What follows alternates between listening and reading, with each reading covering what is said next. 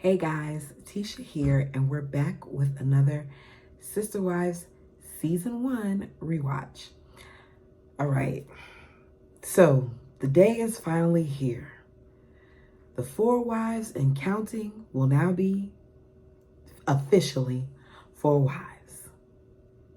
We start the episode with Cody talking about his bachelor party.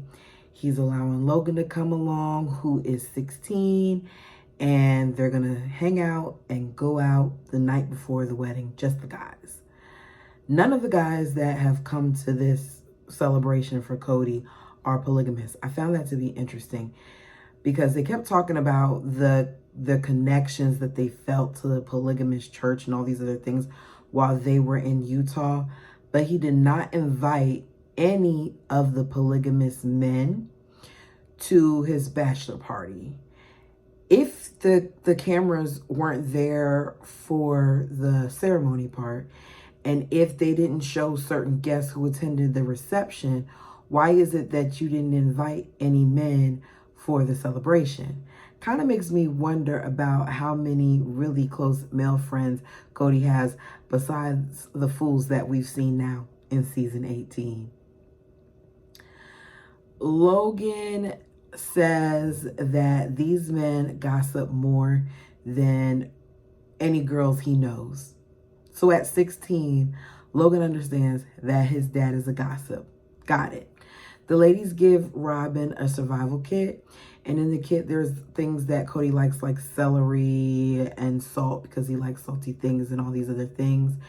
As she's pulling out items out of the container, we hear a story about how when Robyn was making eggs for Cody, that she put pepper in it.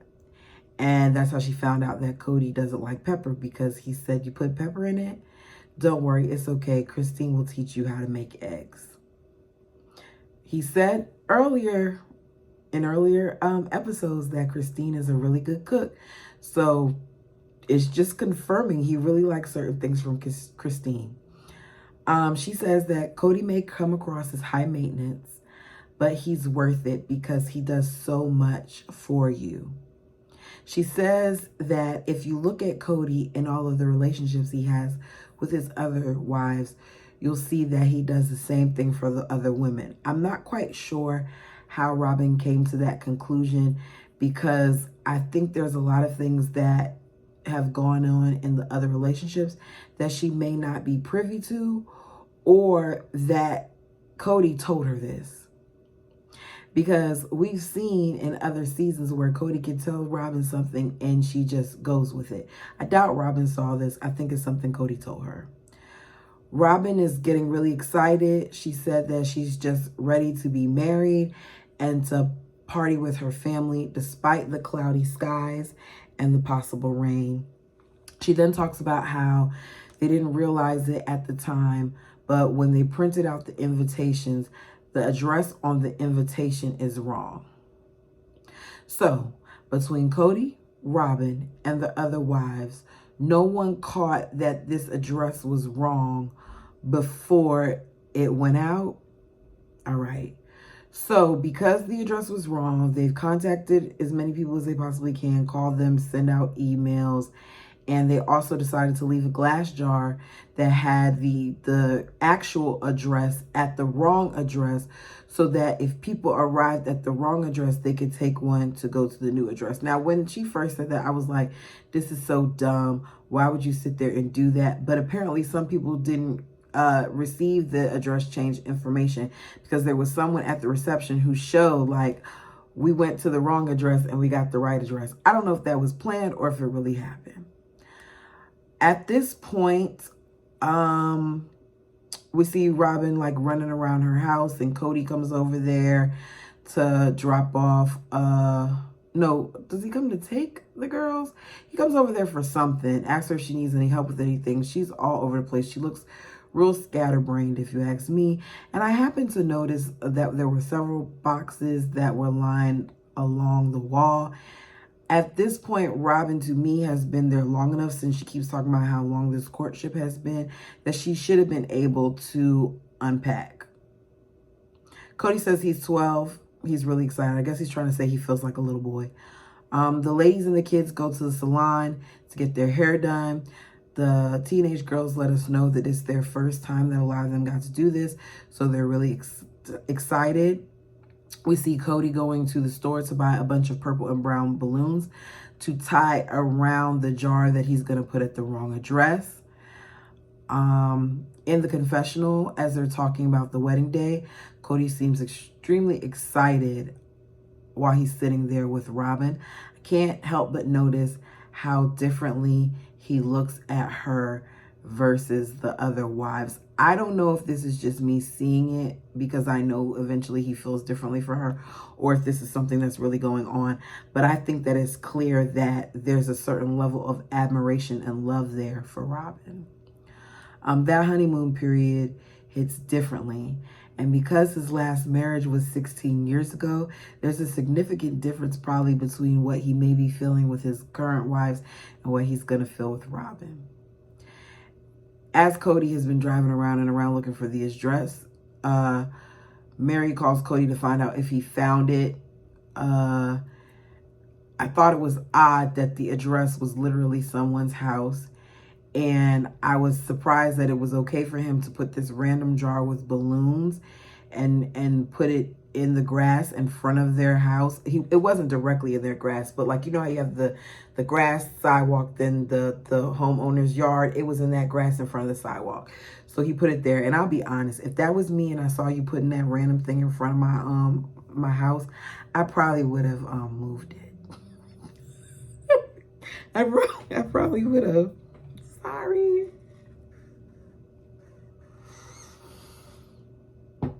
Robyn has all of her children in purple and the wives in brown. And at first I felt a way about it, but then when I saw them take their family picture, I realized that the wives and the children were in purple and brown. Like Mary looked like she had some type of purple color on. Some of the kids have variations of purple and brown, so I couldn't feel like, oh, she just put all her kids in purple and made all the other kids dressed in brown, because that wasn't the case. Robyn said that as she was sitting there doing her makeup and the kids were hitting each other and playing, not listening, doing all these other things, she was thinking, why is she so alone? You're alone because you didn't tell the wives that you need help. And that's exactly what Janelle said. It makes sense to me. Like, if you needed help, you should have called them, told somebody to come get the kids. As Mary is helping Cody get dressed, he's looking at her with these googly eyes, telling her she really looks good. They're playing this really like music that makes you feel like bound chicka wow wow, you know. Yeah, I couldn't do polygamy. You're over there having lusty eyes with your wife as she's helping you get ready for our wedding. He said, you want a kiss? And he leans in for a kiss with their child standing right there. She then says in front of their child that she wishes it was her wedding night, and she's laughing. I must say, in this moment, Cody did seem to care for Mary. I even caught myself smiling at the two of them in that moment, and then I felt bad because I was like, man, things have really changed. Robyn is panicking. The kids locked her out the car. She's getting stressed, all this other stuff. Robyn, it's your fault. They say that the ceremony was gorgeous, that there was crying, that it's very sacred, but the cameras weren't invited, and we find out that most of the guests weren't invited. But the guests were invited to the reception. We see them taking family pictures, as Mary suggested, because she said like she wants a picture with all of the family. And we see more of the brown and purple that I spoke about. Robyn changed into a brown outfit per Mary's request. And I think that was a really good idea of Mary. Mary said that I just don't want a family picture with you in a wedding dress. I would like a family picture where we're all like uniform, wearing similar colors. This is where we got to see how anal Mary is when it comes to pictures. Cody calls her the picture goddess because she's very good at like assisting photographers, showing how kids how placement should be and all the other things, and they end up liking how the pictures come out as they're taking pictures. Brianna melts down during most of the picture taking. She was dramatic. Christine says, of course she was dramatic, honey, talking to Robyn. Her life was changing. Robyn then said, well, then I guess her life changes every other day because she's always like this. And they laugh. But I couldn't help but think she was dramatic just like Robyn. We know now that Robyn, in my opinion, has made her kids a lot like her. Robyn is always talking about how she's anxious and all these other things. And I feel like Robyn does things to promote their anxiousness. This is coming from somebody who has anxiety themselves. So before you go and judge me, let me say that I have anxiety as well. And I feel like Robyn uses it as a crutch, and she allows her kids to as well. She makes it to the point where they feel very debilitated. I'll just say that. My personal opinion. As the reception in front of the cake, they give Robyn a welcome to the club gift, which is her colada ring. And she does that fake cry again and says it's a brown tradition. We see them eat cake. We see them feed one another. We see them dance to a live band. As they're dancing and we see Cody dancing with the different wives, we hear Janelle say that Robyn's reception is a lot different than what she had, mainly because it wasn't big and because she lost the relationship with a lot of her friends and family because they did not agree with her for being married to a polygamist. They were appalled with it. And part of me wondered, Janelle, were they also appalled because as young as you were, this was your second marriage? I'm sorry it's making that sound. I don't know why they're leaving so much of this out, especially since we're going to continue to hear about Robyn and her previous husband. I don't know why they're leaving this out. I don't know if it's because it's Mary's brother and they're doing out of respect for her, but there was more than just you being part of a polygamous family that they didn't want to come. My opinion. I'm trying to think, if a family member of mine was married into polygamy, would I go? I like to think that I would go. And I say that because I wouldn't want to feel like I missed out on something because of my own feelings or beliefs. Prime example, I have a cousin got married and I didn't care for her husband. I just didn't. But I'm so happy that I went to that wedding because I would have hated to have messed up my relationship with her because I didn't go to the wedding. Right? And now I love him. He's awesome. He's amazing. I'm glad that he grew up. I'm glad that he's not the person he was when they first got married. I'm glad he matured. I'm glad he's great to, her children, their children. It just makes me feel like, okay, I'm glad I didn't miss out. So I like to think that, I know I'm going off tangent here, but I like to think that if the roles were reversed, that I would still go and support my family member. We hear, nope, I already read that.